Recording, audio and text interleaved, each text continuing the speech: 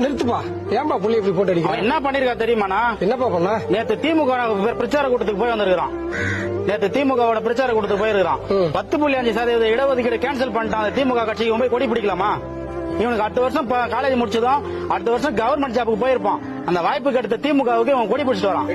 10.5% இடஒதுக்கீடும் cancel பண்ணிட்டாங்க. எல்லா சாதிக்கும் சாதிவாரி கணக்கெடுப்பு நடத்தி எல்லா சாதிக்கு உண்டான இடஒதுக்கீடு பங்கிட்டு கொடுறானா அதையும் கொடுக்காத நிறுத்திட்டாங்க. இந்த மாதிரி வன்னியர் விரோத கட்சிக்கு இவன் போய் கொடி பிடிச்சிட்டு வரானா? எனக்கு இருக்கிற கோபத்துக்கு உனக்கு வெட்டியே போடுவா. அவ்வளவு கோபமா இருக்கு இவன் பண்ற வேலை. அப்பா சொல்றது உண்மைதானப்பா? ஏன்பா அப்படி பண்ற? சும்மா இருப்பா, உன் கட்சியில இருந்தா நிறைய சாதி கட்சின்னு சொல்றாங்க. வாய மூடுறா. எல்லா சாதிக்கும் சேர்த்து இடஒதுக்கீடு வாங்கி கொடுத்தது மருத்துவர் ஐயா தான்டா. உன்னை யாரு சாதி கட்சின்னு சொல்றானோ அவனுக்கு இந்த தகவலை சொல்றான். 108 சாதிக்கும் சேர்த்து இடஒதுக்கீடு வாங்கி கொடுத்தது மருத்துவர் ஐயா மட்டும் தான்டா. ஐயா 108 சாதிக்கு மட்டும் இல்ல, தமிழ்நாட்டில் இருக்கிற அத்தனை சாதிக்கும் சேர்த்து இடஒதுக்கீடு அவன் எண்ணிக்கைக்கு ஏற்ற மாதிரி பங்கிட்டு கொடுக்க சொல்லி தானே கேட்டுங்கிறாரு.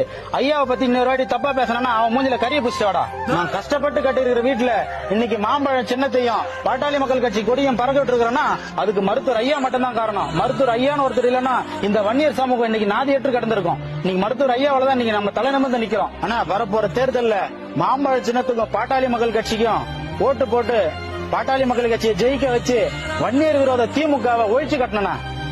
வீட்டுக்கு போய் சொல்லு, உங்க அப்பாட்ட சொல்லு, உங்க அம்மாட்ட சொல்லு, உங்க